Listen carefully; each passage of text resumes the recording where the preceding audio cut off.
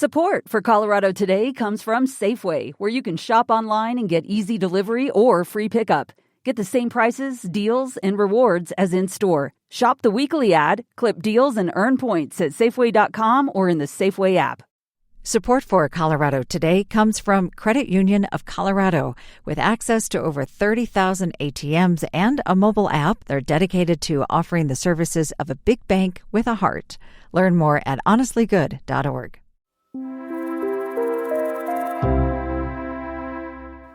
We're now in the last week of August, just days away from Labor Day, but cooler temperatures today might have you thinking ahead to the next holiday. Some people are. My colleagues have already spotted Spirit Halloween stores opening in Colorado. If you think you'll be competing for a popular costume this year, you may want to get on it. I'm Bazi Kanani.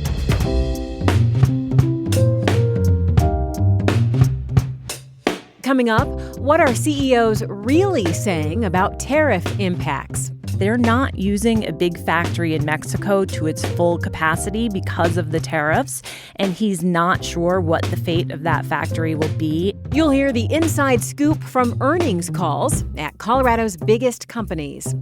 Then, the legacy that a giant of politics and religion leaves behind in Colorado Springs. As his views have gone out through legislation and impacted a lot of Americans who don't buy his values. How James Dobson changed the way many think of family and faith. Plus,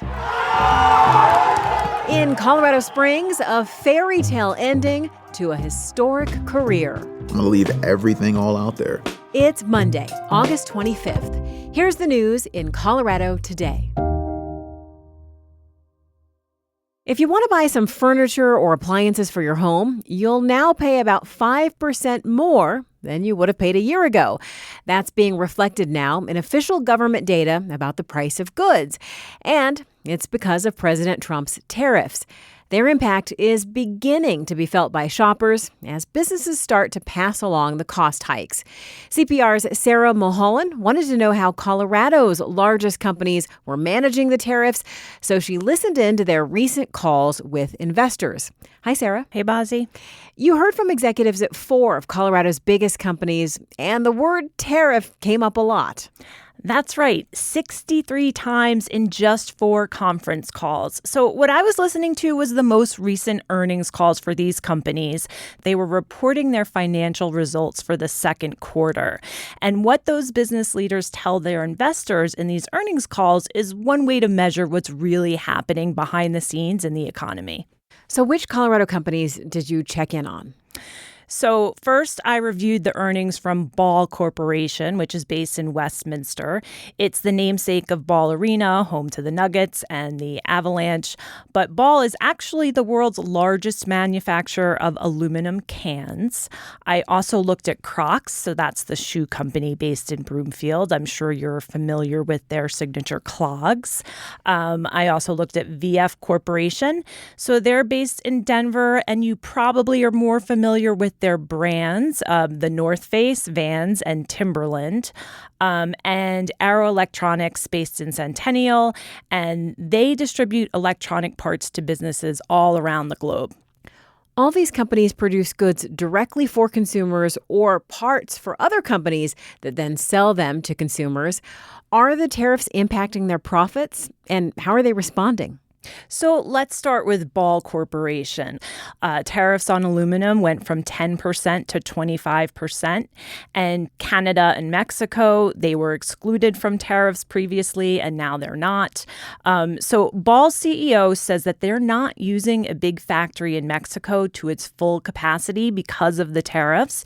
And he's not sure what the fate of that factory will be in the coming year. And Daniel Fisher, he's the CEO, said companies are waiting to see if new trade deals get negotiated. I think everybody's spending time in Washington trying to fight for exclusions and things of that nature, and just trying to figure out where the plane's going to land in terms of all of the trade deals around the world. He says whether prices will have to go up for aluminum cans next year is still up in the air. But he did say that Ball is already seeing the price of scrap aluminum go up. And what about the other Colorado companies? Are they raising prices?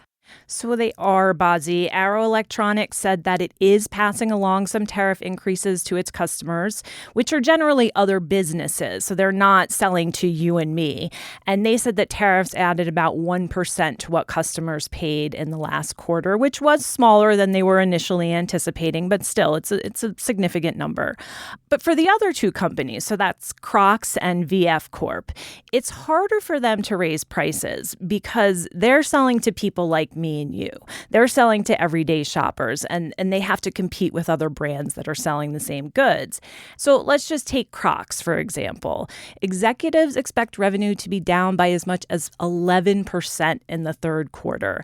And they're getting hit hard by tariffs, and they'd really like to be able to pass some of those costs on, but they say because their customers are already cutting back, they don't think they're in a position to be able to raise the prices right now.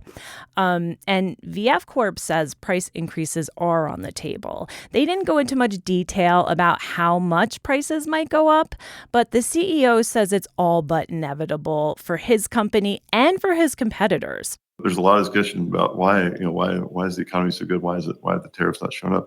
I think it's because the tariffs really haven't shown up in most people's costs yet. They're flowing through inventory and making their way into our costs and everybody else's. At the beginning, we mentioned how the federal government is now seeing inflation from the tariffs for some goods like furniture and apparel. And that's pretty new, right?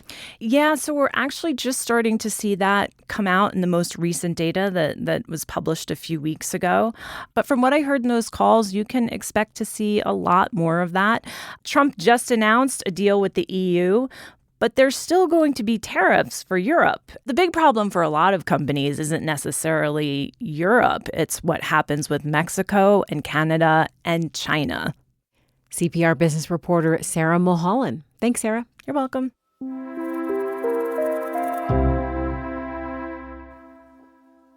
You've likely heard about family values in modern politics, in part because of a man who called Colorado Springs home and who has just died. In 1977, the institution of the family was starting to unravel, and I felt that I should do what I could to help preserve it. James Dobson created Focus on the Family, which he moved here to Colorado in 1991. And it quickly became a ministry which just grew like Topsy. Dobson leaves behind a polarizing legacy that shaped both the city and the nation. CPR's Haley Sanchez has been reporting on his life and joins us now. Haley, can you tell us about James Dobson and why he was so influential? James Dobson is a big name, especially when it comes to Christian America. He's one of the most influential Christian leaders in the last half century. He was a psychologist, an author, also a broadcaster, and he built Focus on the Family as this conservative ministry group. This group turned into a huge media empire. It has books, magazines, radio shows. This reaches millions of people around the world. Dobson was also a political voice. He advised several U.S. presidents and shaped debates about faith and family. Nationally, Dobson turned family values into a household phrase, but he also turned it into kind of a political rallying cry for conservative Christians. That's journalist Steve Raby, who began covering Dobson in the 90s after Focus moved to Colorado Springs.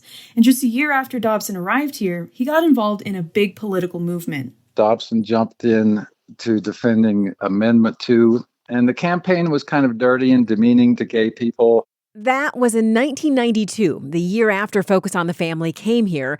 Amendment 2 was an anti-LGBTQ amendment to the state's constitution, trying to prevent the state and local governments from passing anti-discrimination laws based on sexual orientation. Haley, what role did Dobson play in that? Yeah, he did play a role, and we should note voters in Colorado narrowly passed it. The U.S. Supreme Court eventually struck it down, but even though it didn't really take effect, it was a real moment when Dobson's views on gay people came into the spotlight. Critics say Dobson promoted negative stereotypes about LGBTQ folks, and this alienated people.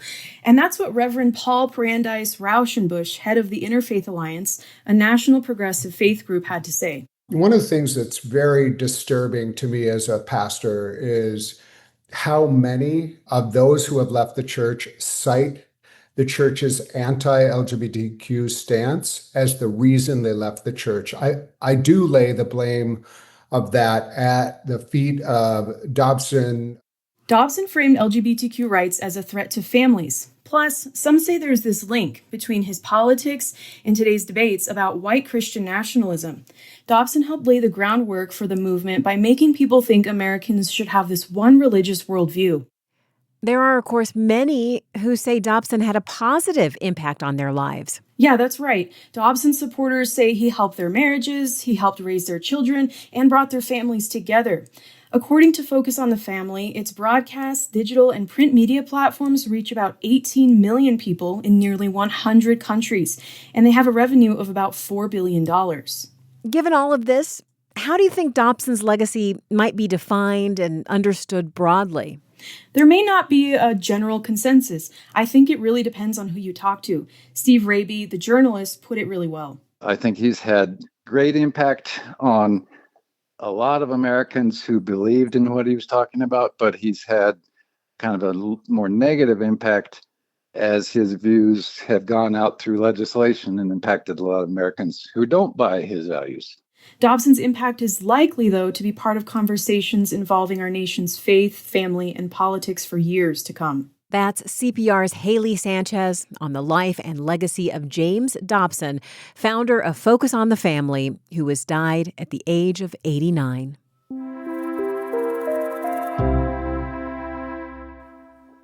You know that feeling when you're lying in bed and you know there's a mosquito, but was it coming from your left or from your right? How can you swat something you can't see? That is kind of what it feels like to play goal ball. It's a sport for visually impaired athletes, and it just held its national championship in Colorado Springs. CPR's Tony Gorman was there. Tony, tell us about goal ball. What's this like? So two teams line up facing each other in a gym, each protecting a big net. All the athletes are visually impaired, but their specific degrees of sight vary. So they actually wear goggles that are blacked out, so it's an even playing field. Really, then they can't see anything at all? Right. They roll a hard rubber ball towards the opposite goal, and players on the other end try to keep the ball from going in. If they're basically blindfolded, how do they know where the ball's going? Well, they have a little bell inside the ball so players can hear it coming. My first goalball national championships was actually here in Colorado Springs, Colorado at the Colorado School for the Deaf and Blind. That's goalball legend Darrell Walker. He's getting ready to hang up the goggles after 25 seasons. Just fine, I'm going to leave everything all out there, work my hardest. Walker represented USA in 3 Paralympics and won a silver medal in Rio. And his team, the King Cobras from Seattle, was in the national championship match in Colorado Springs. Very impressive. Why is Colorado Springs a hot spot for goalball? Well, it's an Olympic and Paralympic city, and the U.S. Association of Blind Athletes recently moved its goalball residency program from Fort Wayne, Indiana, to the U.S. Olympic and Paralympic Training Center in Colorado Springs. They don't need to worry about paying rent or something like that. They can focus on goalball. That's Michael Dennis, the tournament's director and an assistant coach for the U.S. men's national goalball team, talking about the benefits for athletes of being residents at the training center. They have recovery equipment there. They have access to sports psychology. They have access to athletic trainers if they have anything. So it's a huge step up from all the resources around playing goalball. Sounds like Colorado Springs is really the place to be for goalball. So what happened in those championship matches? Well, on the women's side, Michael's wife, Amanda, helped the Atlanta Valkyries shut out their crosstown rival, the Blazers. And on the men's side, Darrell Walker led the King Cobras into a tense overtime match, where he scored the winning goal. The whole support that the fans gave and everything was what I needed. I needed that support because I was a little down with a couple goals and stuff like that, but I kept my pace. I kept the energy up, and the crowd 100% helped, and I appreciate it. It was Walker's 7th gold medal at the national championships, the most in USA goalball history. Quite a way to end a career. Thanks, Tony. And congratulations to you, too, by the way. You recently won a really prestigious journalism award for sports reporting on this very topic, a story about goalball. Thanks. Much appreciated. Thanks for listening. Colorado Today is supported by our members. Join us. Find a link in the show notes to share your support. And be sure to follow Colorado Today in your podcast app. I'm Bazi Kanani. This is CPR News. Support for Colorado Today comes from Safeway. Their pharmacists are here to help you and your family stay protected, offering a wide range of vaccines, including flu shots and COVID-19 boosters. Stop into the store or schedule online at safeway.com/pharmacy. Support for Colorado Today comes from Credit Union of Colorado. With access to over 30,000 ATMs and a mobile app, they're dedicated to offering the services of a big bank with a heart. Learn more at honestlygood.org.